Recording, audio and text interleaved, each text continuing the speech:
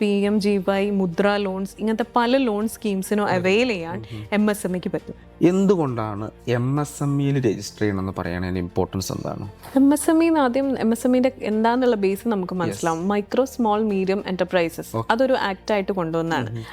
Micro എന്ന് പറഞ്ഞാൽ ഇപ്പോൾ ഒരു ഓർഗനൈസേഷൻ 2.5 CR ഇൻവെസ്റ്റ്മെന്റ് വരെയും 10 CR ടേൺ ഓവർ വരെയുള്ള ആൾക്കാരെയാണ് മൈക്രോ എന്ന കാറ്റഗറിയിൽ. 10 CR മീൻസ് ഇയർലി ആണ്, മന്ത്ലി? ഇയർലി ആണ്. അതെ. അതേപോലെ it is up to 100 CR turn ഓവറും 25 CR ആണെങ്കിൽ അതിനെ സ്മോൾ കാറ്റഗറി ആയിട്ട് പെടുത്തും. ദെൻ അതിൻ്റെയും അബവ് വരുന്നതാണ് മീഡിയം കാറ്റഗറി എന്ന് പറയുന്നത്. ഇതിൽ പെടുത്തി കഴിഞ്ഞാൽ ഒരുപാട് ബെനിഫിറ്റ്സ് ഉണ്ട്. ഈവൺ ഒരു ലോൺ കിട്ടാൻ ഇന്നൊരു കറന്റ് അക്കൗണ്ട് ഓപ്പൺ ചെയ്യണമെങ്കിൽ പോലും ബാങ്ക്സ് ചോദിക്കുക നിങ്ങൾക്ക് MSME ഉദ്യമാധാർ ഉണ്ടോ എന്നാണ് ചോദിക്കുന്നത്.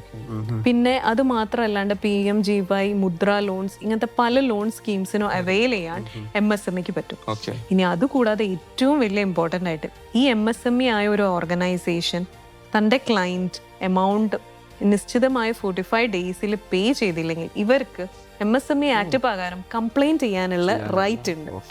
ആൻഡ് അത് other person who is not paying, അവർക്ക് ഈ പേയ്മെൻറ്റ് കൊടുക്കാത്തതുകൊണ്ട് അവർക്ക് അതിൻ്റെ മുകളിൽ 100% ഇൻകം ടാക്സ് അങ്ങോട്ട് അടയ്ക്കണം. അപ്പോൾ ഈ ഒരു ബെനിഫിറ്റ് വേണമെങ്കിൽ നമ്മൾ എന്തായാലും MSME ഏത് കാറ്റഗറിയിലാണോ, മൈക്രോ സ്മോൾ മീഡിയം, അത് നോക്കിയിട്ട് നമ്മൾ MSMEയിൽ രജിസ്റ്റർ ചെയ്യുന്നതാണ് ഏറ്റവും നല്ലത്.